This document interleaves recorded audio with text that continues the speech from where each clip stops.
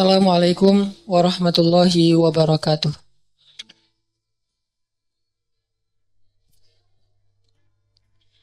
Alhamdulillahi rabbil alamin. Nahmaduhu wa nasta'inuhu wa nastaghfiruh. Wa na'udzu billah min syururi anfusina wa sayyiati a'malina. May yahdihillahu fala mudhillalah wa may yudlil fala hadiyalah. Asyhadu an la ilaha illallah wahdahu la syarikalah. Lahul mulku wa lahul hamdu wa huwa ala kulli syai'in qadir. Wa asyhadu anna Muhammadan abduhu wa rasuluhu la nabiyya ba'dah. Allahumma salli wa sallim wa barik ala sayyidina wa habibina wa maulana Muhammadin wa ala alihi wa sahbihi ajma'in. Teman-teman yang dirahmati Allah Subhanahu wa taala, malam ini kita akan coba belajar mengevaluasi diri kita ketika kita dapat masalah.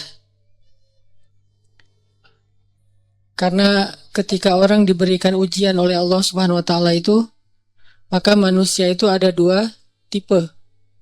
Ada manusia yang berkeluh kesah dengan ujian, ada manusia yang bersabar atas ujian. Dan orang yang bersabar ini juga bermacam-macam bentuknya. Ada yang sabar dengan pasrah, ada yang sabar justru dengan memperbaiki diri. Dia bersabar sambil memperbaiki dirinya, karena dia sadar tidak ada masalah yang menimpanya kecuali ada yang salah dalam dirinya.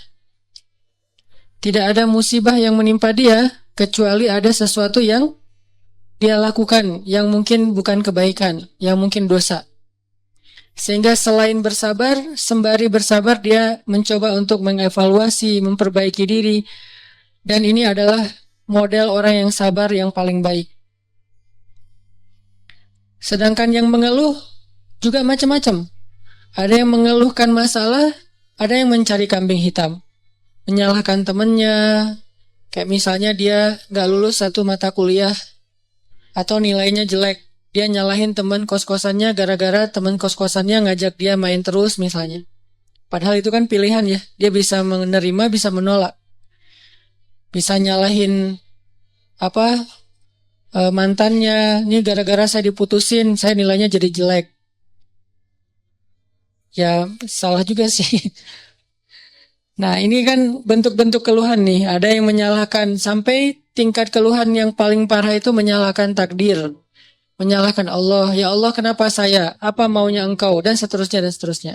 Nah malam ini kita akan bahas angle orang yang ketika diuji oleh Allah bersabar dan juga sambil bersabar dia mencoba untuk memperbaiki diri. Dan ini adalah cara yang paling baik dalam menyikapi suatu musibah atau masalah. Cara yang paling elegan dan cara yang paling bijak, cara yang paling disukai Allah ketika kita mendapatkan masalah itu justru kita mencari tahu apa salah kita. Walaupun masalahnya bukan dengan keadaan. Kalau menyalahkan keadaan kan susah. Masalahnya kadang dengan orang lain. Orang mencela kita, orang berkata-kata tidak baik kepada kita. Ya memang salah dia, tapi tidak akan menimpa ucapan itu kepada kita kecuali memang ada sesuatu yang terjadi dalam diri kita. Ada sesuatu dosa yang pernah kita lakukan. Nah ini namanya belajar bersabar sambil mengevaluasi diri. Bahasa fikihnya muhasabah diri.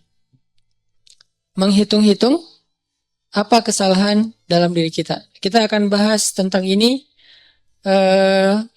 Gimana caranya kita menghadapi masalah, menghadapi satu musibah, menghadapi satu kejadian yang tidak enak dengan sabar, tapi nggak sekedar pasif, nggak sekedar mengatakan innalillah wa inna ilaihi rajiun, nggak hanya sekedar mengatakan hasbiyallah wa ni'mal wakil, nggak hanya sekedar merasa ini adalah cara Allah untuk menaikkan derajat saya. Kadang kalau hanya kegeeran kayak gini nih, kita jadi nggak pernah menjadi lebih baik. Kan ada orang ketika diuji oleh Allah, boleh sih merasa bahwa oh ini cara Allah menaikkan derajat saya. Tapi kalau hanya kayak gini doang, rasa-rasanya kita terlalu kegeeran. Dan kalau terlalu kegeeran, kita nggak punya dorongan untuk memperbaiki diri. Kalau saya lebih suka angle-nya, kalau orang lain yang kena musibah, kita bilang itu untuk mengangkat derajat dia. Kalau kita yang kena musibah, kita bilang ini karena dosa-dosa saya. Angle kayak gitu tuh lebih enak, lebih produktif. Daripada dibalik. Giliran kita yang kena musibah, kita bilang, emang Allah tuh yang pengen ngangkat derajat saya, makanya dikasih musibah. Agak GR ya. Giliran orang lain kena musibah, lo sih banyak dosa. Nah ini nih, sering ada judgement kalau orang lain. Coba dibalik, judgementnya ke diri sendiri, ke orang lain tuh husnuzon. Ini lebih enak nih, makanya hadis-hadis penyebab terjadinya musibah itu kan banyak. Coba kita pilih beberapa hadis, satu kita berikan untuk menilai orang lain, yang lain kita ambil untuk menilai diri kita. Nah ini beda nih standarnya. Kayak tadi, kalau orang lain yang kena musibah, kita husnuzon, Allah lagi pengen dekat sama dia. Kita husnuzon, Allah pengen menggugurkan dosa-dosa dia. Kita husnuzon, Allah pengen mengangkat derajat dia. Kita husnuzon, emang orang yang paling dicintai Allah tuh biasanya dikasih banyak ujian. Gitu husnuzonnya. Kalau orang lain yang kena masalah atau musibah. Jangan, tuh kan, saya bilang juga apa, tuh gara-gara dia dulu zalim sama saya, sekarang dibalas sama Allah. Jangan gitu. Jangan kegeeran bahwa itu kayak karma ya. Gara-gara dia pernah nyakitin kita, sekarang dibalas sama Allah. Belum tentu juga kayak gitu. Kegeeran-kegeeran kita tuh kadang-kadang bikin kita jadi nggak pernah belajar. Merasa udah baik, walaupun dalam kondisi yang paling sulit juga merasa udah baik. Begitu dikasih musibah, wah Allah kangen sama saya nih. Harusnya ke orang lain kayak gitu tuh. Begitu dikasih musibah, wah Allah pengen menghapus dosa-dosa saya. Bagus, nggak salah. Cuman kalau keseringan, ini namanya GR. Nggak tahu proporsional nggak kalau kayak gini terus. Harusnya jangan hanya ini. Diutuhkan juga dengan satu angle lain, yaitu angle, oh saya ada salah.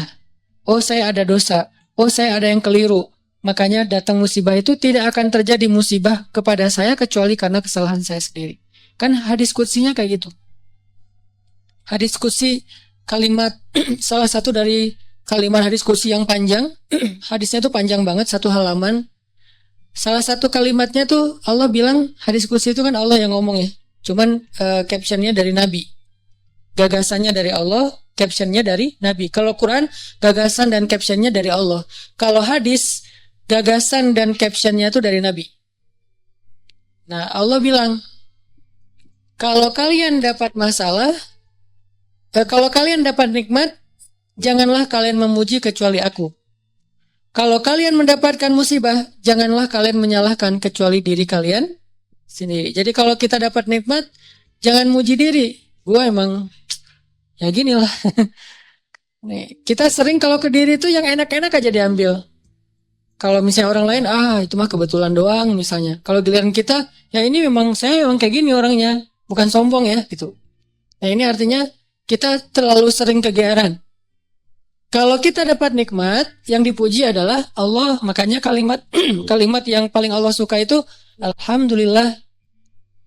Itu kalimat yang paling Allah suka. Kita memuji Allah kalau kita dapat nikmat. Kita bilang, hadza min fadli rabbi. Ini anugerah dari Allah, ini hadiah dari Allah, ini kebaikan dari Allah, ini karena Allah ngasih, dan seterusnya. Jadi yang dipuji itu Allah.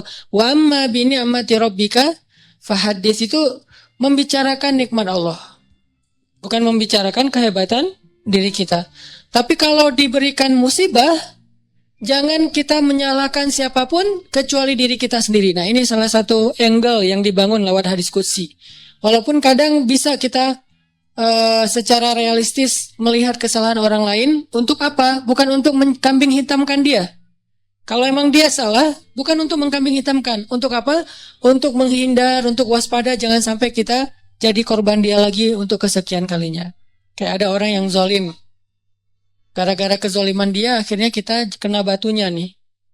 Ada orang yang dalam satu tim, misalnya nggak jujur. Akhirnya kita kehilangan satu proyek, satu usaha kita tuh bangkrut gara-gara dia nggak jujur. Memang dia yang salah. Salah satu yang salah itu adalah dia. Dan kita akui bahwa itu kesalahan dia, tapi bukan untuk mengkambing hitamkan dia. Kalau enggak karena kamu tuh enggak ada masalah ini, enggak. Dia bukan satu-satunya, salah satunya. Karena kalau kita enggak punya dosa, mungkin kesalahan dia hanya akan menimpa dia saja. Tapi karena kita juga punya dosa, akhirnya kesalahan dia juga menimpa kita. Tapi Ustadz, ada yang hadis mengatakan, kalau di dalam satu masyarakat ada orang yang berbuat dosa, nanti Allah akan timbakan musibah yang kena bukan cuma dia, sampai tetangganya juga kena. Itu kenapa bisa gitu? Dosa tetangganya apa? Dosa tetangganya membiarkan kemungkaran terjadi. Kesalahan masyarakatnya adalah membiarkan dosa itu tanpa ada orang yang mau memperbaikinya. Itu kesalahan masyarakat. Jadi pesan moral dalam hadis itu bukan orang yang gak salah terus kena juga. Bukan. Orang yang gak salah itu kena gara-gara mereka membiarkan kemungkaran itu terjadi. Kalau ada usaha dakwah, Allah gak akan menimpakan. Kalau ada nabi, kalau ada dai, kalau ada ulama yang berdakwah untuk mencegah kemungkaran di situ, maka Allah tidak akan menimpakan musibah itu kepada mereka. Kenapa? Masih ada dai. Sebagaimana Nabi Lut, ketika Nabi Lut masih berdakwah, Allah nggak akan hancurkan gunung di Sodom. Allah suruh dulu Lut keluar, baru dihancurkan. Kenapa? Karena masih ada yang berdakwah. Kalau Nabi Lut tidak berdakwah, walaupun di dalam negeri itu ada orang soleh hidup sendiri dan tidak mau berdakwah, maka Allah akan menimpakan musibah dan mengenai orang soleh. Kenapa orang soleh kok kena padahal dia nggak berdosa? Dosa dia adalah membiarkan kemungkaran. Dosa dia adalah membiarkan kebatilan, tidak berbuat apa-apa. Jadi kita bersyukur juga ada ulama-ulama yang bersuara untuk kemungkaran. Itu salah satu alasan mungkin Allah masih menahan musibah atas negeri kita. Kalau mereka tidak menyuarakan kebenaran dan mencegah kemungkaran, mungkin udah dari dulu kita udah kena musibah-musibah yang besar. Kalaupun ada musibah-musibah kecil, ini mungkin lebih kepada hikmah yang lain. Bukan hikmah karena Allah pengen mengazab bangsa Indonesia. Jadi teman-teman, coba kita perbaiki angle berpikir. Apa yang harus kita persangkakan ketika orang lain kena musibah, dan apa yang harus kita persangkakan ketika kita yang kena musibah. Kalau kita yang kena musibah, salah satunya adalah cari salahnya di mana nih dalam diri kita. Kalau orang lain yang kena musibah, maka berbaik sangka dengan mengatakan Allah ingin mengangkat derajat dia. Berbaik sangka dengan mengatakan Allah pengen dekat dengan dia. Berbaik sangka dengan mengatakan orang yang paling banyak diuji adalah para nabi, kemudian orang soleh, kemudian yang semisalnya, kemudian yang semisalnya. Berbaik sangka dengan mengatakan Allah pengen menggugurkan dosa-dosa dia. Sehingga kita gak pernah menjudge orang lain. Dan tidak sibuk dengan kesalahan-kesalahan orang lain. Karena pernah saya kena musibah, misalnya motor saya hilang. Dulu banget. Saya baru beli motor, baru 2 bulan terus hilang. Teman saya bilang gini, Ustadz kurang sedekah nih. Digituin. Ya sih, saya nggak mungkin dong saya ngebantah kan ya. Oh iya ya mungkin. Cuman kan nggak enak ya. Orang lagi kena musibah, bukannya dia empati atau apa gitu, malah Ustadz kurang sedekah nih. Dia menjudge. Dan kalau saya kepancing, nggak tahu sedekah saya kayak gimana, kan habis pahala sedekah saya. Udah pahala sedekahnya cuma sedikit, riak pula gara-gara kepancing sama dia, hilang kan, nggak ada manfaatnya kan ya. Dan itu sering loh mancing-mancing kita jadi riak. Kadang-kadang riak kita tuh bukan direncanain, bukan gua pengen riak nih, enggak. Kalau kelas kita insya Allah nggak gitu-gitu amat lah. Nggak mungkin kita sedekah pengen pamer, kita beribadah pengen pamer, kita tilawah pengen pamer. Kita tahu lah itu mah sia-sia. Tapi kadang riaknya tuh muncul gara-gara kepancing sama orang lain. Lo nggak pernah gua ngeliat baca Quran? Wah lo nggak tahu gua di HP ini ada Quran sampai 5 aplikasi loh. Buat apa juga banyak-banyak sama aja isinya. Aplikasi Al-Quran tuh ada 5 di sini dan sehari tuh coba lo lihat dan terakhir udah baca sampai surat berapa. Kan kepancing tuh. Rialah kita gara-gara orang lain atau misalnya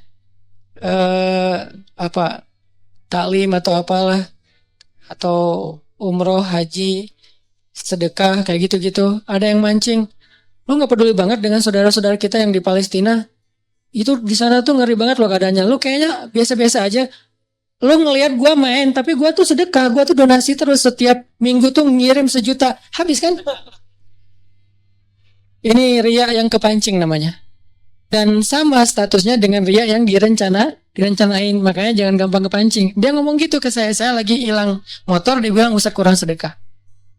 Kemarin ketinggalan dompet. Ketinggalannya di rumah ternyata. Nggak tahu kemana dompet, panik gitu kan, soalnya SIM 2 di situ baru dibikin.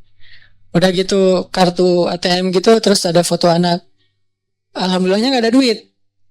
Tapi kan kartu lumayan tuh, blokir ATM dulu, terus mau ngirim SIM, mau ngurus SIM juga, ngurus KTP, apalagi sekarang lama ngurus KTP-nya, masa kemana-mana saya mau bawa surat gitu, nunjukin kan naik pesawat, malas banget kan ya, nggak keren kalau nggak ada kartu teh, mana-mana mau check-in pesawat, tunjukin kertas, aduh gimana rasanya nih, berat, tiba-tiba ada yang iseng lah gitu, udah tahu orang kena musibah, Ustadz banyak dosa, Ustadz ini segala macam. Iya sih, emang banyak dosa, tapi nggak usah diomong-omongin kan gitu ya. Jadi malah karena kita juga udah muhasabah diri lah. Ketika kita dapat musibah, kita langsung introspeksi diri, nggak perlu digitu-gituin. Kadang kita ke orang lain tuh gitu, teman-teman. Dia mungkin udah sadar, atau nggak usah orang lain, keluarga sendiri, pasangan kayak gitu juga. Oh, kayaknya kamu tadi gara-gara kamu tadi ngomongin dia, makanya jangan digituin. Udah aja bab ngomongin orang lain, itu bab yang berbeda. Jangan dikait-kaitkan sehingga kita menjudge orang lain kena musibah gara-gara dosa yang baru saja dia lakukan. Ini kurang bijak. Yang bisa mengatakan ini hanya orang-orang tertentu seperti para nabi, terus ulama-ulama dengan level tertentu. Kalau kita dengan teman, jangan ngambil peran sebagai ulama. Beda. Kalau kita sebagai teman, ngambil peran ya cuma teman doang. Empati, peduli, bantuin. Kalau ulama kapasitasnya emang menasehati. Ulama itu kapasitasnya emang mengeluarkan fatwa, bahkan menjudge, itu hak ulama menjudge. Karena ulama itu sama kayak hakim. Tugas hakim itu adalah menghakim, menyampaikan hukum halal haram, hak batil dan seterusnya. Tapi kita kalau ke teman beda sama ulama. Kalau ulama kayak gitu maklumi, emang tugas ulama kayak gitu.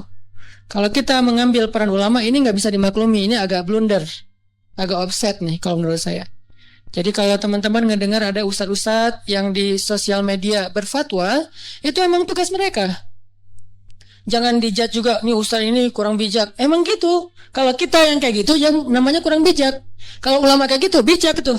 Karena kalau ulama diam, lalu di mana amar ma'ruf nahi mungkar?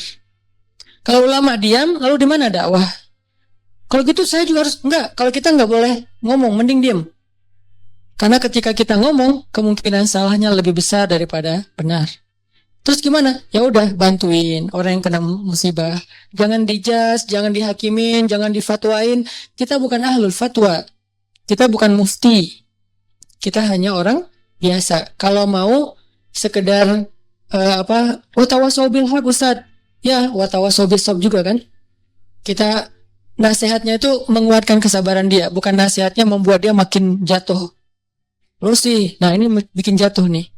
Ya sabar ya, mudah-mudahan Allah dengan modal husnuzon tadi, mudah-mudahan Allah angkat derajat kamu, mudah-mudahan Allah ngampunin dosa-dosa kamu, mudah-mudahan Allah kamu jadi lebih dekat kepada Allah.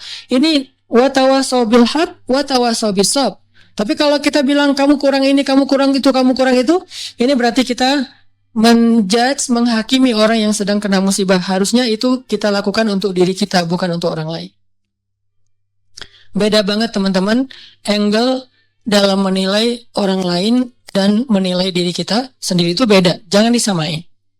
Yang banyak terjadi terutama di sosmed itu kita memberlakukan yang untuk diri kita berikan ke orang lain, yang untuk orang lain kita ambil untuk diri kita. Itu yang terjadi. Di balik tadi tuh, itu banyak banget di masyarakat kita. Yang kayak kasus orang lain kena musibah, kita bilang banyak dosa, kita kena musibah, kita bilang Allah pengen ngangkat derajat saya. Harusnya dibalik. Kalau dibalik insya Allah kan gak ada perdebatan ya, gak ada haters, gak ada keributan, gak ada keramaian, gak ada unfollow, gak ada live group, gak ada yang kayak gitu-gitu. Kenapa? Karena semuanya melihat ke orang lain dengan husnuzon, melihat ke diri sendiri dengan muhasabah, dengan mengevaluasi kesalahan sendiri. Ini poin pertama. Mudah-mudahan jadi pola pikir dalam kita berteman, pola pikir dalam kita bersosmed termasuk, karena kalau pola pikir ini dibalik tadi bahaya.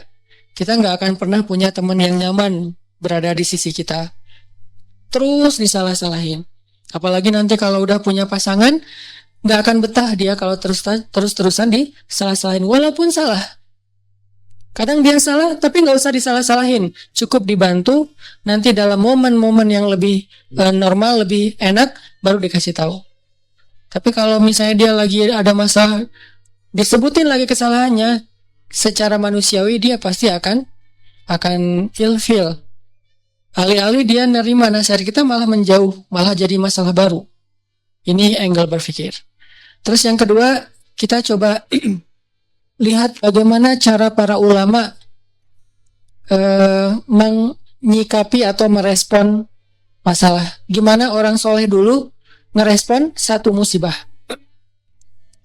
Orang soleh dulu, kalau mereka dapat musibah, mereka selalu memeriksa pertama hubungan mereka dengan Allah. Itu yang pertama diperiksa. Karena nggak mungkin ada musibah kecuali karena ada masalah antara kita dengan Allah. Kalau hubungan kita dengan Allah itu, hidup kita tuh bakalan mudah banget teman-teman. Tapi begitu ada kerenggangan antara kita dengan Allah, ada gap antara kita dengan Allah, ada kayak kerusakan hubungan kita dengan Allah, pasti jadinya tuh musibah, pasti jadinya tuh masalah. Saya teringat kisah di zaman Umar bin Abdul Aziz. Tahu Umar bin Abdul Aziz? Umar bin Abdul Aziz itu pemimpin yang dikenal dengan julukan Khulafaur Rasyidin yang kelima. Jadi ada 6 Khulafaur Rasyidin. 4 terkenal ya, Abu Bakar, Umar, Utsman, Ali. Yang kelimanya tuh Umar bin Abdul Aziz, dan yang keenamnya itu Nuruddin Zinki, gurunya Salahuddin Al-Ayyubi. Jadi ada 6 Khulafaur Rasyidin, khalifah yang dikenal dengan khalifah paling adil sepanjang sejarah. Padahal banyak khalifah-khalifah yang keren loh dalam Islam. Ada Harun Ar-Rasyid, ada Khalifah Al-Ma'mun, ada Khalifah Muhammad Al-Fatih, ada Salahuddin Al-Ayyubi, ada Saifuddin Qutuz. Ada banyak nama-nama besar dalam sejarah Islam, tapi mereka nggak dapat gelar Khulafaur Rasyidin. Berarti orang yang dapat gelar Khulafaur Rasyidin ini kan ideal banget ya, keren banget nih, walaupun kita belum tahu cerita detailnya. Salah satu di antara 6 Khulafaur Rasyidin, ada yang kelima namanya Umar bin Abdul Aziz. Kalau nggak salah cucu apa cicitnya Umar bin Khattab. Nah, di masa Umar bin Abdul Aziz ada seorang gembala, ada seorang yang punya banyak ternak, datang kepada Umar bin Abdul Aziz bilang gini, "Ya Amirul Mukminin, kenapa ya sejak Anda naik jadi khalifah, ada kejadian aneh di tempat gembala-gembala ternak kami?" Umar nanya, "Kejadian aneh apa?" "Ya, kejadiannya aneh. Soalnya dulu tuh yang namanya serigala sama domba itu pasti kan musuhan ya. Serigala tuh kan selalu meneror ya." Menikung. Serigala itu selalu berburu domba. Jadi domba itu makanan serigala tuh. Tapi sejak Umar bin Abdul Aziz jadi khalifah, sekarang serigala itu adalah penggembalanya domba, ngawal domba. Jadi serigala yang ada di gunung turun untuk mengawal domba. Gimana ngawalnya? Kan saya pernah posting tuh yang di New Zealand. Gimana seekor anjing dilatih untuk menggembalai domba. Dan domba dibawa ke padang rumput. Nanti sore dibawa pulang lagi ke kandangnya. Bukan lagi tugas penggembala. Dilakukan oleh para serigala. Bayangin, pemangsa yang selama ini selalu memangsa serigala secara diam-diam, sekarang malah mengawal serigala ke tempat padang rumput, dan sore hari mengawal mengawal domba pulang lagi ke kandangnya. Apa yang terjadi ya Amirul Mukminin? Serigala sekarang malah menggembalai domba. Apa kata Umar bin Abdul Aziz? "Kami adalah kaum yang selalu memperbaiki hubungan dengan Allah, maka Allah memperbaiki hubungan antara kita dengan makhluk. Kami adalah kaum yang memperbaiki hubungan dengan Allah, maka Allah pun memperbaiki hubungan antara domba dengan serigala." Bayangin, musuh bebuyutan bisa baik hubungannya oleh Allah Subhanahu wa taala. Ala kulli syai'in qadir. Apalagi cuma calon mertua yang pernah nolak kita, biasa banget itu, gampang. Ini serigala loh yang makan domba, bisa jadi pengawal domba. Apalagi cuma nolak, nggak dimakan kan, nggak diapa-apain, nggak sampai disakitin, nggak sampai dirampas, nggak sampai dibegal, kecuali calon mertuanya begal, nggak diapa-apain. Nah, apalagi yang masalah-masalah sepele dengan pasangan, dengan teman, dengan apa, masalah rezeki. Jadi kalau kita punya masalah kayak kita lagi punya bisnis sama teman-teman nih berlima, udah modalnya cukup, konsep bisnisnya udah mateng, marketingnya udah ahlinya, produknya udah ada, kenapa masih rugi aja? Udah berjalan sekian tahun, rugi sampai hampir bangkrut. Jangan hanya cari tahu kesalahan teknis. Oh, kayaknya nih konsep marketing kita masih kurang bagus nih, sales kita kurang jago nih, atau branding kita kurang bagus nih, dan seterusnya. Bukan hanya itu yang perlu kita evaluasi. Yang nomor satu, evaluasi dulu hubungan kita dengan Allah SWT. Setiap kali kita punya masalah, pertama yang harus kita tanya, jangan-jangan saya nih ada masalah sama Allah. Dan itu yang selalu saya lakukan. Kalau saya punya masalah, saya langsung tanya, nih kayaknya ada yang nggak benar nih saya sama Allah. Mungkin sholatnya kurang khusyuk, mungkin beberapa kali jadi nggak sholat di masjid karena sibuk atau karena ketiduran, karena apa? Oh, kayaknya kebiasaan saya malam misalnya bangun, enggak saya, orang lain malam misalnya dia tahajud, terus tiba-tiba beberapa malam ini dia nggak tahajud, akhirnya Allah kasih musibah mancing biar dia tahajud lagi. Kebiasaan dia tilawah 1 juz, tiba-tiba beberapa hari ini cuma beberapa lembar, Allah kasih masalah. Pokoknya kalau kita dapat masalah, yang pertama harus kita evaluasi hubungan kita dengan Allah. Sehingga ketika Umar bin Abdul Aziz jadi khalifah, masalah antara serigala dengan domba damai. Jadi domba dan serigala itu temenan. Bayangin, domba sama serigala temenan, sahabatan lagi tuh. Malah serigala jadi kayak apa ya? Kayak relawan buat domba, nggak dibayar, jadi volunteer, pada turun gantian ya piket gitu serigala teh. Kan serigala banyak tuh piket dalam seminggu, giving every day. Dalam seminggu ada satu serigala yang bertugas untuk ngawal domba-domba, dan itu bukan satu kawanan domba, ada puluhan bahkan ratusan kawanan domba di negeri itu, di Madinah, semuanya dikawal oleh serigala. Kalau cuma satu doang mungkin bukan fenomena. Kebetulan doang nih ada serigala yang baik hati. Tapi kalau misalnya jadi kayak semua kawanan domba itu dikawal oleh serigala, ini fenomena nih. Akhirnya laporlah kepada Umar bin Abdul Aziz, ya Amirul Mukminin, apa yang terjadi? Kata Amirul Mukminin, kami adalah kaum yang selalu berusaha memperbaiki hubungan dengan Allah, maka Allah memberikan balasan dengan memperbaiki hubungan antara serigala dengan domba. Berkuranglah tugas para penggembala. Nunggu aja tuh di kandang. Pagi hari dijemput sama serigala, datang tumpangan gratis gitu. Datang serigala, udah siap, udah, ayo jalan konvoy, naik ke atas padang rumput. Dan serigala lebih expert dalam mencari padang rumput daripada manusia. Dia tahu banget padang rumput yang lagi lagi yang rasanya manis, yang asin, yang apa segala macam, kayak salad gitu kan ya. Gua tunjukin nih salad yang paling baik nih, chefnya terbaik, dia tunjukin ke gunung mana, tuh bawa tuh domba-domba. Kayaknya kurang lebih kayak gitulah keadaannya. Lalu kan Umar bin Abdul Aziz itu cuma sebentar ya, kalau nggak salah cuma 3 tahun jadi khalifah, lalu dibunuh, meninggal. Setelah Umar bin Abdul Aziz meninggal, serigala mulai memakan domba-domba. Serigala mulai memakan domba-domba. Ketika kasus pertama terjadi dalam kasus satu kawanan domba, langsung yang pemilik domba itu mengatakan, kenapa dombanya mulai dimakan serigala? Dia mengatakan, pasti Umar bin Abdul Aziz sudah wafat, karena mereka belum dengar beritanya. Pasti Umar bin Abdul Aziz sudah wafat, makanya serigala mulai galak lagi dan makan domba. Galak. Akhirnya mereka pun cari tahu, benarkah Umar bin Abdul Aziz wafat atau dia turun tahta? Ternyata ketika mereka cari tahu, mereka dengar berita, benar Umar bin Abdul Aziz telah wafat. Sehingga orang-orang tidak punya lagi orang soleh yang memimpin. Akhirnya Allah putuskanlah silaturahim antara serigala dengan domba. Dan ini kisah nyata. Saking solehnya Umar bin Abdul Aziz. Makanya layak disebut khulafaur Rasyidin. Tingkat kesolehannya itu sampai bisa mempersaudarakan antara domba sama serigala. Kita kucing sama tikus saja nggak bisa. Bayangin kalau saking solehnya kita, kucing sama tikus duduk berdua gitu, makan keju apa segala macam. Tikus sama kucing. Kenapa? Suami yang soleh di rumah. Jadi bisa jadi seorang kakak sama adik itu nggak akur, bisa jadi suami istri nggak akur, mertua dengan menantu nggak akur, dan seterusnya, teman dalam satu tim nggak akur, dan seterusnya. Itu penyebabnya kenapa? Hubungan kita dengan Allah kurang akur, sehingga Allah tidak memperbaiki hubungan kita dengan manusia, dengan makhluk. Jadi yang pertama kita evaluasi kalau kita punya masalah, teman-teman, evaluasilah hubungan kita dengan Allah. Kalau kita merasa nggak punya dosa besar, minimal dosa kecil.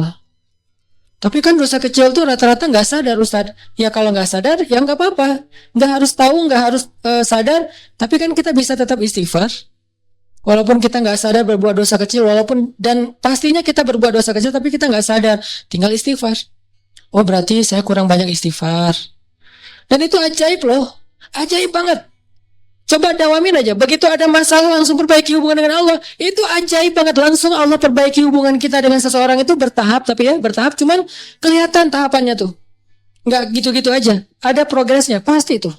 Saya ngalamin banget. Yang paling sederhana mungkin. Dan buat saya. Itu nggak nyaman juga kalau ada masalah dengan pasangan. Diam-diaman. Istighfar, sholat sunnah, minta ampun sama Allah, mulai lagi memperbaiki hubungan sama Allah. Itu bertahapnya dan tahapannya itu nggak lama, cepat banget diperbaikinya. Oh, emang benar berarti sayanya yang menjauh dari Allah, saya yang mutusin Allah sehingga Allah putuskan saya dengan makhluknya, dengan hambanya. Kan Allah yang membolak-balikan hati kan?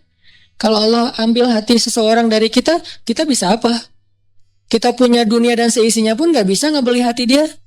Nggak punya apa-apa. Kalau Allah kasih hatinya ke kita, Dia akan memberikan semuanya untuk kita. Makanya perbaiki dulu hubungan kita dengan Allah. Itu yang paling berpengaruh dalam hidup kita. Dosa salah satunya. Kan saya sering bilang, ulama dulu tuh kalau mereka dapat masalah, mereka akan melihat dirinya sebagai pendosa. Masalah sekecil apapun, sampai gini masalahnya. Ternak mereka susunya berkurang aja, mereka istighfar. Biasanya susu setiap hari itu 1 ember, 1 timba.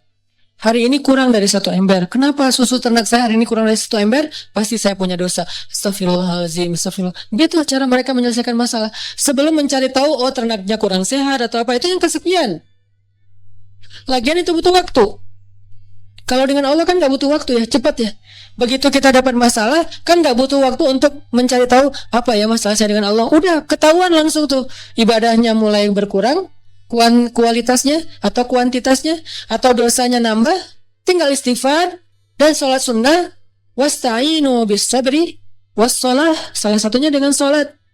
Jadi lebih cepat memperbaiki masalah kita dengan evaluasi hubungan kepada Allah daripada evaluasi teknis dalam masalah itu. Ulama itu kalau misalnya ada kejadian kecil aja, kayak misalnya atap rumahnya bocor, ini pasti karena saya banyak dosa, astagfirullahalazim.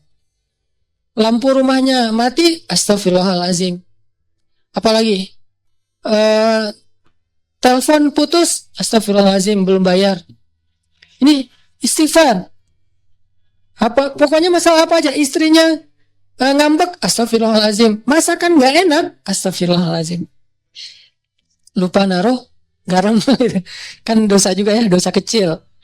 Artinya istighfar, perbaiki hubungan dengan Allah. Ini salah satu hal yang bisa kita evaluasi kalau kita lagi punya masalah. Yang kedua apa? Nah, setelah masalah kita dengan Allah udah kita evaluasi, coba evaluasi lagi poin yang kedua tuh hubungan kita dengan orang tua. Karena ini juga sangat berpengaruh teman-teman dalam hidup kita. Terutama dengan ibu. Dan beda ya, cara kita berinteraksi sama ibu dan cara kita berinteraksi dengan ayah itu beda. Kalau dengan ibu berbuat baik, kalau dengan ayah minta kebaikan. Apa kebaikannya? Doa. Jadi kalau kita nanya ke Nabi, ya Rasulullah, siapa orang yang paling berhak dapat kebaikan dari saya? Kan ibumu, ayahmu ya. Tapi kalau kita nanya, siapa orang yang paling berhak saya minta doa darinya? Ayahmu, ibumu. Pasti gitu. Karena kata Nabi, doa seorang ayah tidak ditolak. Jadi kalau berbuat baik, ibu dulu. Kalau minta doa, ayah dulu. Jangan-jangan kita pas mau ikut ujian kemarin, lupa nelpon ayah untuk minta doa. Yang ditelepon ibu doang. Ayahnya cemburu. Saya nggak penting buat dia. Nilai kita anjlok. Padahal kalau kita dapat kebaikan misalnya, nilainya bagus. Yang pertama dapat berita nilai kita bagus itu siapa? Ibu kita, karena menyenangkan hati ibu dulu, baru ayah. Tapi sebelum ujian yang ditelepon, ayah dulu, baru ibu. Beda cara kita memperlakukan orang tua kita. Insya Allah bab ini kita akan bahas nanti setelah salat Isya. Tadi kita membahas tentang gimana cara kita menghadapi satu ujian atau satu masalah, sekecil apapun masalah itu. Bahkan sampai masalahnya kayak para ulama, atap rumahnya bocor, lampu, kalau dulu kan lampunya lampu minyak gitu ya, minyaknya habis, terus belum sempat beli atau nggak sanggup beli. Masalahnya ternaknya kurus-kurus atau susunya kurang, kayak gitu-gitu. Apapun masalah yang dihadapi, hal pertama yang harus dievaluasi adalah hubungannya dengan Allah. Salah satu contohnya tadi di zaman Umar bin Abdul Aziz, ketika Umar bin Abdul Aziz jadi khalifah, karena Umar bin Abdul Aziz ini selalu menjaga hubungan baik dengan Allah, maka Allah juga memperbaiki hubungan antara serigala dengan domba. Terjadi juga di zaman Umar bin Khattab. Ketika Umar bin Khattab jadi khalifah, terus orang Mesir tuh ngalamin musim kering, sampai gagal panen, air sungai Nil itu udah nggak ngalir lagi ke ladang-ladang gandum mereka. Akhirnya Umar bin Khattab mengirim surat kepada gubernur Mesir. Waktu itu gubernur Mesirnya Amr bin As. Dikirim sama Umar suratnya. Dan isi surat itu adalah doa. Doa dari Umar bin Khattab, disuruh bacanya di Mesir. Begitu sampai di Mesir, Amr bin As membacakan doa ini. Isinya adalah Bismillahirrahmanirrahim. Ya Allah, berikanlah air hujan untuk bangsa Mesir, untuk rakyat Mesir. Baru doa itu selesai dibacakan, langsung mendung, langsung turun hujan. Ini keajaiban orang yang dekat hubungannya dengan Allah. Kalau ada masalah, cepat Allah perbaiki. Kenapa kita kalau doa nggak secepat Umar bin Khattab, nggak secepat Umar bin Abdul Aziz dan orang-orang soleh lainnya? Mungkin karena emang jarak kita dengan Allah itu emang sejauh solusi masalah kita. Itu berbanding lurus tuh. Makin dekat kita dengan Allah, makin dekat kita dengan solusi dan pertolongan. Makin jauh, ya makin lama. Aku tergantung gimana hambaku tuh. Fadhkuruni adzkurkum washkuruli wala takfurun. In tansurullaha yansurkum. Banyak ayat-ayat kayak gitu timbal balik. Kalau kalian ingat aku ingat kalian. Wa aufu bi ahdi ufi bi ahdikum. Tunaikan janji kalian kepada aku tunaikan janjiku kepada kalian. Apalagi? Tolong agama Allah, Allah akan tolong kalian. Kayak gitu-gitulah. Aku tergantung prasangka hambaku kepadaku dan seterusnya. Ini artinya coba evaluasi dulu gimana kedekatan kita dengan Allah. Apakah mulai merenggang? Apakah mulai agak flat? Apakah mulai garing? Kayak kita doa mulai garing, sholatnya garing, gak khusyuk lagi, gak ada rasa. Nah ini hal yang perlu kita evaluasi. Gak ada hubungannya usah dengan masalah, hubungan banget. Bukankah dunia ini milik Allah? Allah yang mempergilirkan segala sesuatu, Allah yang mengatur. Allah itu Rob. Rob itu artinya pemilik, pencipta, pemelihara, pengatur. Itu semuanya makna dari Rob atau rububiyah. Itu perbaiki pertama. Kedua, mungkin masalah kita itu karena hubungan kita dengan orang tua yang kurang baik. Kurang baiknya kadang bukan durhaka, tapi kurang peduli. Kurang baiknya mungkin kita nggak pernah ngebentak orang tua, tapi nggak pernah juga kita membahagiakan orang tua. Ya biasa-biasa aja lah gitu. Dengan orang tua itu ya sekedar status doang, bahwa itu ibu saya, itu ayah saya, tapi nggak ada apa-apa. Bukan kesayangan, bukan prioritas, bukan yang kita agendain. Pokoknya seminggu sekali harus nelpon, kalau nggak bisa datang, kalau bisa datang harus datang. Setiap hari itu kita minimal ketemu ibu kita senyum, minimal kalau bisa mijat kakinya atau apa gitu. Nah karena hubungan kita dengan orang tua jadi agak sedikit plain, hambar, maka hidup kita juga jadi hambar, terutama ibu. Dan juga mungkin kurangnya apa? Kurang banyak minta doa dari ayah. Padahal doa itu ajaib loh dalam kehidupan kita, teman-teman. Ada banyak orang yang dia itu tiba-tiba menjadi orang pintar, bukan karena dia cerdas, bukan karena ilmunya banyak, tapi karena doa orang-orang soleh, sehingga Allah kasih dia kecerdasan, Allah kasih dia ilmu, hafalan, melekat semuanya di dalam benak dan hatinya. Itu bisa banget dengan doa. Makanya dulu Umar bin Khattab pas mau ketemu dengan Nabi sambil bawa anaknya Abdullah bin Umar, Umar bilang kepada Abdullah, Abdullah, nanti kalau kamu ketemu dengan Rasulullah, jangan lupa minta doa ya. Ya ayah, kata Abdullah. Nah pas ketemu dengan Rasulullah, Abdullah langsung, ya Rasulullah beri saya doa. Doakan saya, doakan saya. Selalu minta doa. Sehingga akhirnya Allah berikan kecerdasan kepada Abdullah bin Umar bin Khattab jauh di atas bapaknya. Salah satu adegan kecerdasan Abdullah tuh pas Nabi lagi ngajar, mereka pada hadir, para sahabat. Terus Nabi ngetes gitu, ngasih mereka satu pertanyaan dalam bentuk perumpamaan. Pas ngetes kayak gini, sahabat-sahabat yang senior gak ada yang bisa jawab. Abdullah bisa, tapi dia gak mau jawab, diam. Pas pulang Umar nanya, Abdullah, tadi kamu tahu gak jawabannya? Tahu. Kenapa gak mau jawab? Aku tidak ingin mempermalukan orang-orang yang udah senior. Ini anak-anak SD loh, udah punya etika kayak gitu. Kenapa? Karena doa dari Rasulullah SAW. Abdullah ibnu Abbas, sahabat Nabi yang kalau nggak hafal Quran itu sekali dengar langsung hafal dan nggak pernah lupa. Nggak ada dalam cerita Abdullah ibnu Abbas tuh saya lupa ayatnya di mana, itu nggak ada. Saya lupa hadisnya, riwayat siapa, itu nggak ada. Dia selalu ingat dan banyak banget ayat yang sahabat nggak ngerti, dia ngerti. Sehingga ketika turun ayat, kalau nggak salah di surat Al-Kahfi, tidak ada yang tahu makna dari ayat ini illa qalil, kecuali orang yang sedikit. Maka Nabi mengatakan salah satu di antara orang yang sedikit itu adalah Abdullah ibnu Abbas. Hanya sedikit orang yang mengerti ayat-ayat mutasyabihat di dalam Al-Quran sampai ke ta'wil. Ta'wil itu apa di balik ayat, itu cuma sedikit. Jadi Abdullah bin Abbas itu ya, di kalangan sahabat itu mirip kayak Nabi Khidir di antara Nabi Musa. Dia tahu namanya hikmah. Yang orang nggak tahu dia tahu. Ini Abdullah bin Abbas, seperti Nabi Khidir di antara Nabi Musa dan Nabi Yusha. Kenapa? Karena doa Rasulullah SAW ketika dia lagi boncengan sama Nabi, Nabi ngedoain Allahumma faqihu fiddin wa alimhu ta'wil.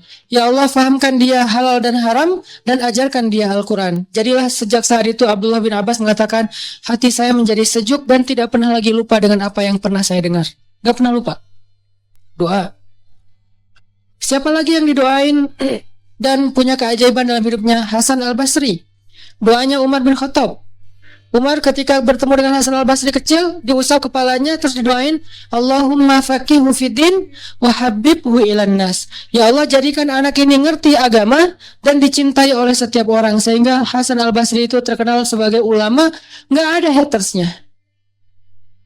Kan soleh-soleh orang tetap kadang-kadang ada hatersnya ya, yang gak suka, yang apa. Tapi Hasan al-Basri gak ada hatersnya. Sampai orang yang memusuhi beliau juga cinta sama beliau. Gak senang dengan fatwa beliau, tapi ketemu orangnya tuh jatuh hati kepada beliau. Ini Hasan al-Basri. Dan ini saya biasakan doain anak saya. Kalau saya lagi ngusap kepala anak saya doakan, ya Allah, Allahumma faqihu fiddin wa habibhu ilan nas. Saya coba hafal beberapa doa yang ajaib di zaman sahabat, terus dipraktekkan ke anak. Kenapa? Doa seorang ayah tidak ditolak. Itu modal kita, teman-teman.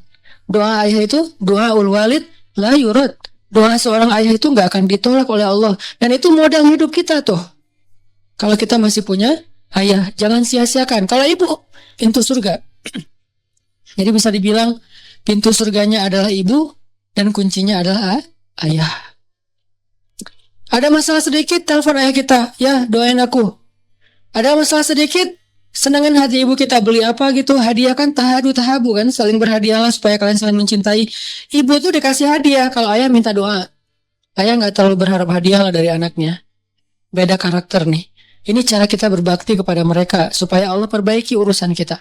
Ada masalah dalam sekolah, ada masalah dalam pertemanan, ada masalah rumah tangga, masalah pekerjaan, telepon ayah, ya doain saya. Pertanyaan besarnya adalah gimana kalau orang tua kita sudah wafat? Berarti kita kehilangan satu kesempatan untuk mendapatkan keajaiban dalam hidup. Kalau berbuat baik tetap bisa, tapi meminta doa kan udah gak bisa ya. Pada orang yang sudah meninggal, Kecuali Rasulullah yang boleh. Kalau selain Rasulullah menurut jumhur ulama udah nggak bisa, terputus. Tapi kalau berbuat baik bisa kirim Al-Fatihah, doain mereka, ziarah kubur, apalagi sedekah dan diniatkan juga untuk mereka, maka itu menurut sebagian besar ulama ngaruh. Sama kayak seorang sahabat nanya ke Rasul, ya Rasulullah, kalau saya bersedekah atas nama ibu saya apakah bisa? Bisa, kata Rasul. Bersedekah atas nama ibu, berarti dua yang pahalanya, ibunya dapat pahala, dia yang bersedekah juga dapat pahala. Imam Nawawi itu mazhabnya Syafi'i loh, dan Indonesia itu mayoritasnya Syafi'i. Imam Nawawi mengatakan sedekah seorang anak, amal soleh seorang anak yang dia niatkan untuk orang tuanya itu sampai untuk orang tuanya, sehingga orang tuanya dapat pahala, dia dapat pahala. Itu cara kita berbakti kepada ibu bapak kita kalau keduanya sudah wafat. Berbuat baik kepada orang yang dicintainya. Kayak misalnya Nabi Muhammad tuh berbuat baik kepada teman-teman Khadijah. Kenapa? Karena pengen berbuat baik kepada Khadijah, tapi Khadijah sudah wafat. Caranya gimana? Ya udah, berbuat baiklah kepada sahabat-sahabat Khadijah gitu. Jadi kalau orang tua kita udah wafat, saudara kita wafat, atau pasangan kita wafat, cara kita berbuat baik pada mereka adalah selain doa, beramal soleh dengan niat kepada mereka, salah satunya adalah berbuat baiklah kepada orang-orang yang mereka cintai semasa hidupnya. Siapa yang dicintai ayah kita? Teman-temannya, cinta dalam makna persahabatan ya, teman-temannya, keluarganya, ibu kita juga kayak gitu, pasangan kita juga kayak gitu, berbuat baik kepada dia. Insya Allah kalau kayak gitu berarti kita telah berbuat baik kepada almarhum. Walaupun kata orang itu nggak ada istilah almarhum, ya nggak masalah lah, istilah doang ya, kepada almarhum. Terus yang ketiga, kalau kita punya masalah, evaluasilah hubungan kita dengan pasangan. Kalau yang udah punya, kalau belum punya Ustadz, berarti nggak ada masalah, atau ada masalah nggak ada solusi. Jadi evaluasi dulu hubungan kita dengan pasangan, terutama hubungan seorang istri kepada suami. Kenapa? Karena salah satu yang menyebabkan hidup kita nggak berkah, tidak ada ridho dari suami kita. Tapi suami saya itu emang nggak pernah ridho, Ustaz. Nah ini salah suaminya nih. Kalau kita udah benar tapi suami nggak ridho, maka Allah tahulah, Allah tuh nggak polos lah, nggak terlalu lugu gitu. Allah pasti nggak kasih ridho saya nih, soalnya suami saya nggak kasih ridho. Tapi suami saya itu susah banget Ustaz, kayak dosen killer gitu, susah ngasih nilai. Allah tahu, Allah yang menilai. Nggak mungkin Allah menzalimi kita gara-gara suami, nggak mungkin. Jadi Allah hakimun alimun basirun khabir, maha bijaksana, maha tahu, maha melihat, maha teliti. Gak usah khawatir. Tapi kalau emang suami nggak ridho gara-gara kita belum baik, itu wajar. Susah dapat kebaikan. Makanya Nabi pernah bilang gini, ini buat teman-teman teteh-teteh yang di atas, kalau masih sendiri ini jadi bekal nanti kalau udah punya pasangan. Kata Nabi kepada para sahabat-sahabiat, tahukah kalian siapa orang yang paling dijamin masuk surga? Kata para sahabat, siapa ya Rasul? Kata Nabi, orang yang dijamin masuk surga adalah seorang perempuan yang ketika dia ada masalah dengan suaminya, dia segera datang dan dia jabat tangan suaminya, dia cium tangan suaminya, maka Allah langsung menjatuhkan ridho kepada dia dan dijamin masuk surga. Tapi salah suami Ustadz, ini bukan soal siapa benar siapa salah, tapi siapa yang mau ngalah. Benar salah itu relatif ya. Kadang-kadang dua-duanya ngaku benar, susah kan? Tapi siapa yang mau ngalah? Kalau gitu harusnya istri duluan yang datang. Enggak sih sebetulnya. Ini hadis keutamaan kalau istri datang duluan. Nanti ada hadis keutamaan kalau suami datang duluan. Karena ada cerita, ini cerita di zaman sebelum Rasulullah ya, di zaman Nabi Isa kayak gitu. Ada seorang ulama datang ke rumah temannya. Temannya ini orang soleh, datang ke rumah temannya. Ngetuk pintu, yang buka istrinya, ditanya ada fulan, kata istrinya nggak tahu juga kemana tuh orang. Istrinya marah-marah. Kenapa kok marah-marah? Iya, siapa yang nggak marah kalau suaminya kayak dia, jelek-jelekin suaminya. Dia jelek-jelekin tuh suaminya tuh sama dia. Ya udah, akhirnya ditunggulah di depan rumah. Sampai sore ditunggu, tiba-tiba datanglah laki-laki temannya ini, laki-laki yang soleh tadi datang, dan di belakangnya ada seekor harimau lagi membawa kayu bakar. Harimau bawa kayu bakar. Susah bayanginnya. Pokoknya gitu lah ceritanya nih, riwayatnya kayak gitu. Harimau bawa kayu bakar. Dia cari kayu bakar gitu terus dipikulkan ke atas, harimau dibawa sama harimau. Bayangin, bukan keledai, bukan onta, bukan kuda, harimau. Bawa bawa aja terus taruh di belakang, harimaunya pergi. Nggak pamitan pula tuh, pergi aja pokoknya. Heran, Masya Allah. Udah ngobrol, nggak ditanya-tanya masalah harimau tadi, ngobrol udah selesai, pulang. Setelah beberapa lama, karena ini kan beda kota ya. Setelah beberapa lama dia mengunjungi lagi temannya yang tadi, si orang soleh, si ulama tadi ini kunjungin, nggak tahu berapa bulan berapa tahun kunjungin, dan pas dikunjungin ketok pintu, assalamualaikum, waalaikumsalam, dibukain oleh istrinya, tapi beda. Ditanya butuh siapa, cari fulan bin fulan, benarkah ini rumahnya? Oh iya, dia suami saya lagi mencari nafkah, bisa tunggu sebentar di sini. Oh bisa, gimana suami kamu, disebutin kebaikan-kebaikannya. Gak lama ditunggu, datanglah laki-laki soleh ini memikul kayu bakar sendiri. Udah gak ada lagi harimau yang tadi. Ditaruh, ngobrol, akhirnya orang ulama ini nanya, saya penasaran, mana istrimu yang dulu? Terus gimana kejadian si harimau? Kata orang soleh, ya istri saya yang dulu sudah meninggal dunia. Terus harimau, dulu Allah menguji saya dengan seorang istri yang durhaka, istri yang banyak mengeluh, istri yang menjadi ujian buat saya. Tapi saya bersabar sehingga Allah memberi saya harimau untuk membantu saya dalam pekerjaan. Lalu ketika istri saya sudah meninggal, saya menikah lagi dengan istri yang lebih baik, soleha, dan taat kepada Allah. Dan dia membantu saya, dia memuji saya, dia menghargai saya. Akhirnya Allah tidak mendatangkan lagi harimau itu untuk membantu saya dalam mencari kayu bakar. Pelajarannya di sini apa, teman-teman? Kadang Allah memberi kita satu masalah lewat seseorang. Di waktu yang sama Allah mendatangkan orang lain yang luar biasa untuk menolong kita dari cara yang berbeda. Lalu ketika Allah cabut masalah ini, maka Allah cabut juga penolong dalam hidup kita. Biasanya itu satu paket. Fa inna ma'al usri yusra. Itu salah satu maknanya. Begitu Allah kasih kita usri, di waktu yang sama Allah kasih kita yusra. Pasti tuh. Cuman kan kita fokusnya ke usrinya ya, ke kesulitannya, nggak fokus kepada kemudahannya. Setiap kali Allah kasih kita kesulitan, di waktu yang sama Allah lagi menurunkan dari langit yang sama kemudahan untuk kita. Kayak gitu kaidahnya. Lalu ketika kesulitannya dicabut, maka kemudahannya dicabut. Pelajaran yang berhubungan dengan pasangan tadi adalah, kadang ketika seorang suami menyadari tentang keutamaan memaafkan istrinya, datang memeluk istrinya, membujuk istrinya, walaupun dia ngerasa bahwa harusnya istri yang datang ke saya, tapi kok saya yang datang ke dia, maka berarti dia melakukan sesuatu yang lebih utama daripada yang harus dia lakukan.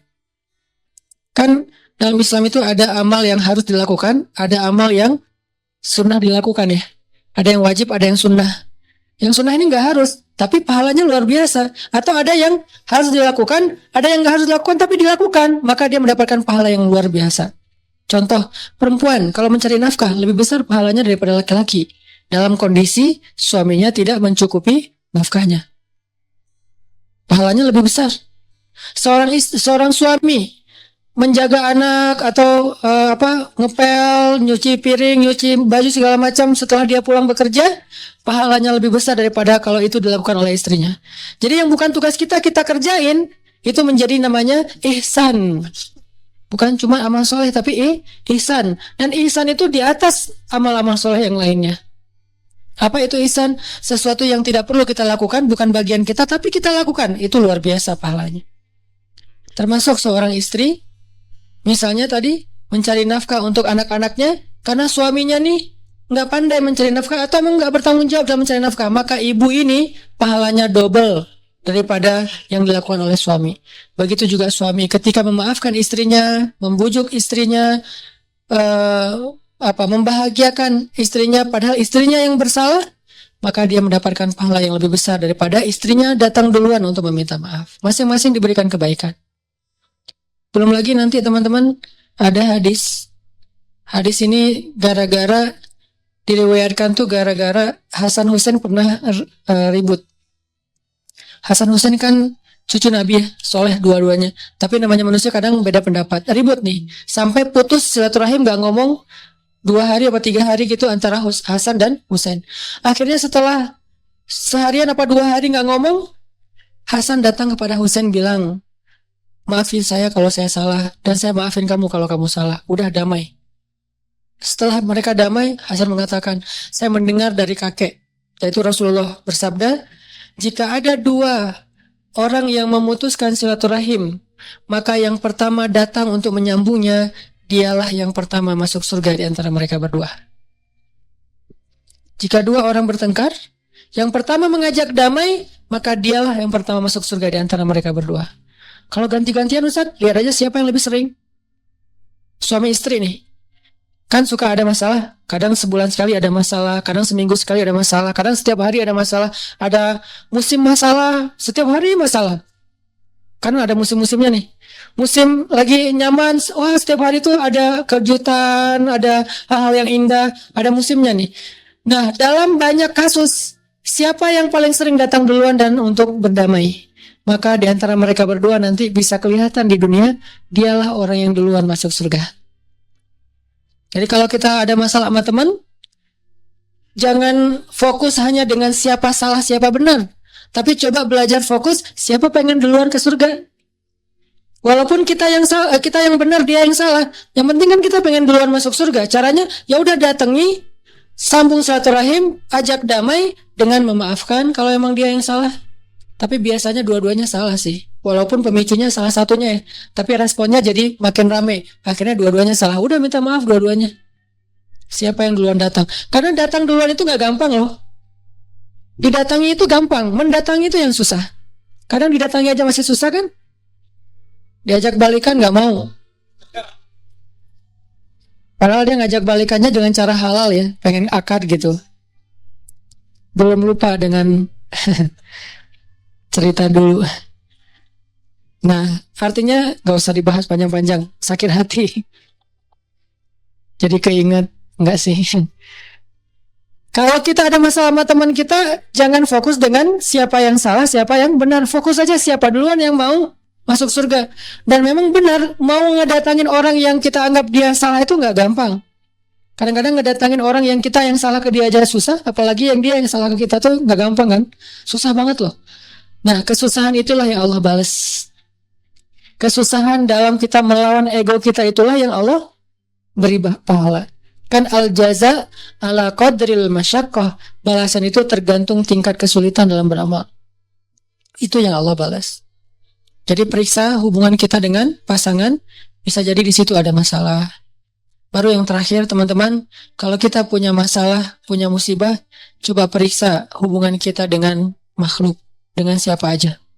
Karena bisa jadi masalah kita itu gara-gara doa orang yang terzalimi.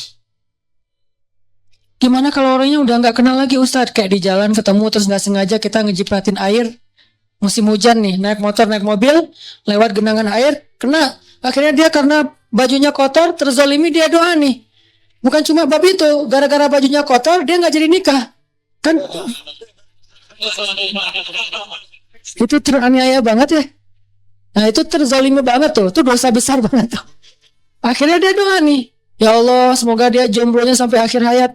Wah aduh berat Akhirnya kita kenapa kok gak ada yang mau sama saya? Kenapa kok saya ditolak? Jangan-jangan kita pernah ngezalimin orang lain. Gimana kita menebus kesalahan kepada orang yang kita udah gak kenal? Gimana? Pembantu yang pernah kerja di rumah kita, pernah kita celah, terus dia pulang dan gak punya lagi nomornya, gak tahu juga alamatnya. Tebuslah kesalahan itu dengan cara, kalau kita udah berusaha ya mencari orang yang gak dapat, apalagi cuma ketemu di jalan doang, gak mungkin ketemu lagi, maka tebuslah dengan cara berbuat baiklah dengan kebaikan yang sama kepada orang lain. Mudah-mudahan itu akan menggugurkan dosa kita kepada orang tertentu, kepada orang lain. Kayak misalnya tadi kita nyakitin orang apa dalam bentuk apa, misalnya ngambil hartanya atau mencurangi gajinya, terus kita nggak bisa menebus, mengembalikan harta dia karena nggak tahu orangnya udah kemana, maka bersedekahlah dengan angka yang minimal segitu kepada orang yang membutuhkan. Itu cara tebusnya. Kalau kita mencela, maka maafkanlah celaan orang yang mencela kita dengan apa? Dengan rasa segitu. Kita pernah mencela seseorang, terus suatu saat kita dicela oleh orang lain, maafkanlah. Niatkan, dulu saya juga pernah mencela dia, orang ini, sekarang saya dicela orang lain, maka saya maafkan untuk menebus kesalahan saya yang dulu yang udah nggak bisa nyari lagi. Nomornya udah hilang, alamatnya nggak tahu, atau cuma ketemu di jalan. Ini cara kita nebus. Jangan-jangan doa dia yang bikin hidup kita susah. Di zaman Umar bin Khattab, ada seorang laki-laki yang hidupnya susah banget. Usaha apa aja gagal, rugi. Sakit-sakitan, keluarganya tuh berantakan. Nggak ada kebaikan dalam hidup dia. Sampai ketika dia sakit keras, Umar datang kepada dia dan bertanya, apa yang membuat kamu jadi hidup kayak gini? Umar kan suka nyari hikmah ya. Apa yang membuat hidup kamu kok susah banget kayak gini? Semuanya susah. Apa kata dia? Ya Amirul Mukminin, dulu saya pernah menzalimi seseorang. Dan waktu itu saya mendengar dia berdoa. Dan doa orang yang terzalimi itu tidak ditolak oleh Allah SWT. Dan inilah buah dari doa dia, sehingga sejak dia mendoakan saya, sampai hari ini hidup saya susah aja, nggak ada solusinya. Fisiknya sakit-sakitan terus-menerus, kemudian keluarganya berantakan, bisnisnya bangkrut semuanya satu persatu, anaknya ninggalin dia, sakitnya nggak pernah sembuh, terus aja kayak gitu. Dan yang paling berat adalah dianya nggak dikuatkan hatinya sehingga ngeluh terus. Ada orang yang diberikan ujian tapi dikuatkan hati ya. Ada orang udah dikasih ujian dilemahkan hatinya, itu sengsara banget. Makanya hati-hati dengan ketidaksengajaan kita, apalagi sengaja. Banyak istighfar, banyak berbuat baik. Tebuslah kesalahan kita dengan sedekah, tebus kesalahan kita dengan memaafkan orang lain, tebus kesalahan kita dengan membantu orang lain. Itu cara-cara kita nebus kesalahan kepada orang yang kita udah gak kenal. Kalau masih kenal, coba berusaha untuk minta maaf ke dia. Udah minta maaf gak dimaafkan? Nah, serahkan itu kepada Allah. Yang penting kita udah ikhtiar. 4 berarti evaluasi hubungan kita dengan Allah, evaluasi hubungan kita dengan orang tua, evaluasi hubungan kita dengan pasangan, terutama ke suami, evaluasi hubungan kita dengan sesama. Walaupun kita gak kenal, karena pernah ada adegan kecil tapi dampaknya besar dalam hidup kita. Barakallah, mudah-mudahan ini menjadi motivasi booster buat kita dalam beramal soleh. Barakallahu li wa lakum. Subhanakallahumma wa bihamdika asyhadu an la ilaha illa anta astaghfiruka wa atubu ilaik. Assalamualaikum warahmatullahi wabarakatuh. Sejak Rasulullah wafat, berkali-kali Bilal minta izin kepada Abu Bakar untuk ikut jihad dan gak pulang lagi ke Madinah, pengen tinggal di tempat yang lain. Udah gak kuat lagi berada di Masjid Nabawi. Karena orang yang dia cintai telah wafat. Tapi nggak diizinkan oleh Abu Bakar sampai akhirnya setelah sekian lama membujuk Abu Bakar bisa diizinkan, pergilah Bilal dan akhirnya Bilal tinggal di Syam. Kalau sekarang Suriah. Di sanalah Bilal menikah. Jadi selama ini dia asik dengan cintanya kepada Rasulullah sehingga nggak sempat mikirin pernikahan. Baru berangkat ke Syam, sampai di Syam Bilal menikah di sana. Menikah di sana, hidup di sana sampai setelah beberapa tahun berada di Syam, akhirnya bergantilah pemerintahan dari masa Abu Bakar ke masa Umar bin Khattab. Setelah beberapa tahun di Syam, pada suatu malam Bilal menangis. Malam-malam dia bangun nangis, gerung-gerung gitu kayak anak kecil. Istrinya nanya, ya Bilal ada apa, kamu mimpi buruk? Enggak, justru ini mimpi baik. Mimpi apa? Aku mimpi ketemu dengan Rasulullah SAW. Dan Rasulullah bersabda, siapa yang melihat aku dalam mimpi, berarti dia melihat aku dalam kenyataan. Aku bertemu dengan Rasulullah di dalam mimpi dan Rasulullah berkata, ya Bilal, kami rindu kepadamu, sudah lama engkau tidak mengunjungi kami ya Bilal. Setelah bangun dari mimpi itu, Bilal semakin rindu kepada Rasul, merasa bersalah udah lama gak menjenguk Rasulullah. Akhirnya Bilal pun memutuskan untuk, kalau bahasa kita mah umroh, memutuskan untuk ziarah ke makam Rasul. Berangkat Bilal dari Syam, umroh ziarah ke makam Rasul. Melihat Bilal masuk lagi ke kota Madinah, penduduk Madinah itu berasa seperti hidup lagi di zaman Rasul. Senang gitu, dan Umar sangat senang dengan kedatangan Bilal. Sehingga selesai Bilal sholat, selesai Bilal ibadah-ibadah sunnahnya, termasuk menjenguk atau berziarah ke makam Rasul dan Abu Bakar. Kemudian Umar berkata kepada Bilal, "Ya Bilal, sudah lama kami tidak mendengar suara azan darimu. Tolong kumandangkan sekali lagi azan seperti engkau mengumandangkannya di masa Rasul. Kami rindu ingin merasakan suasana di zaman Rasul." Benar Bilal, kata para sahabat yang lain yang ada di situ. Umar, kemudian Abdurrahman, beberapa orang sahabat, "Ya Bilal, azan, kami ingin mendengar suaramu seperti dulu kami mendengarnya di masa Rasul." Kata Bilal, "Saya tidak akan kuat." Kata mereka, coba dulu kamu usahakan karena kami ingin sekali mendengarnya. Saya tidak akan kuat. Cobalah wahai Bilal demi kami supaya kami bisa semangat lagi dalam beramal soleh mengikuti perjuangan Rasulullah. Akhirnya karena udah dipaksa terus, Bilal pun mengumandangkan azan. Allahu Akbar, Allahu Akbar. Kota Madinah kaget mendengar suara Bilal. Orang-orang yang ada di rumah semuanya mengatakan, apakah Rasulullah sudah bangkit kembali? Apakah Rasulullah sudah bangkit kembali? Mereka semuanya kaget dan bahagia. Seolah-olah Rasulullah sudah bangkit dari kematiannya. Seperti Isa seolah-olah diturunkan kembali setelah dia diangkat ke langit. Satu kota Madinah tuh kaget bahagia gitu. Kayak seorang ibu yang kehilangan anaknya tiba-tiba mendengar suara anaknya dari jarak dekat dan ingin dipeluk segera anaknya itu. Saking rindunya mereka kepada Rasulullah. Allahu Akbar, Allahu Akbar. Pasar yang tadinya ramai tiba-tiba sepi mendengar suara Bilal yang masih sayup-sayup. Asyhadu an la ilaha illallah. Semuanya berlari keluar dari tempat-tempat kerja mereka, dari pasarnya, dari rumahnya. Semuanya berlari ke masjid. Ingin memastikan apakah Rasulullah sudah dibangkitkan kembali. Bahagia semuanya.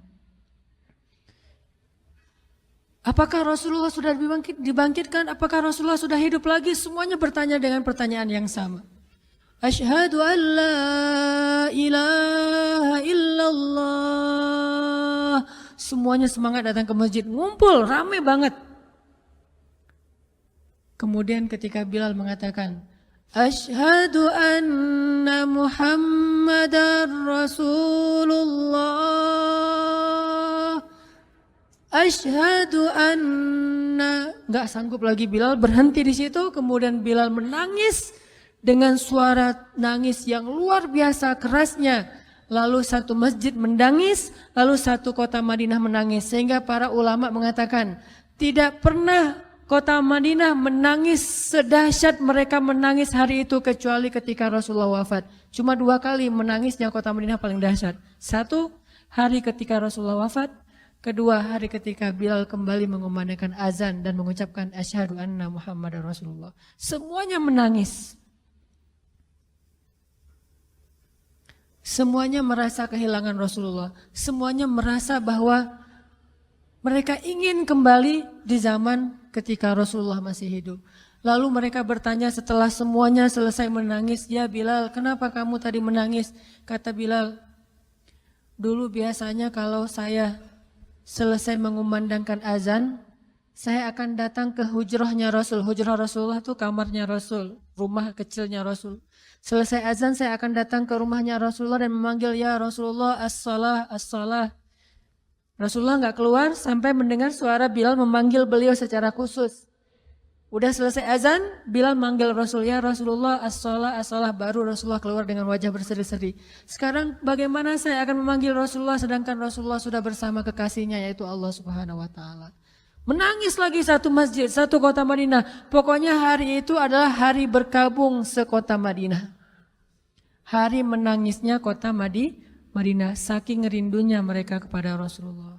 Bagaimana dengan kita ketika mendengar suara azan dan muazin mengucapkan nama Rasulullah Sallallahu Alaihi Wasallam? Di situ kelihatan apakah kita mencintai Rasulullah lebih dari apapun juga setelah Allah Subhanahu wa taala. Kalau tidak, fatarabbasu, hati-hati. Kalau tidak, fatarabbasu, tunggu aja.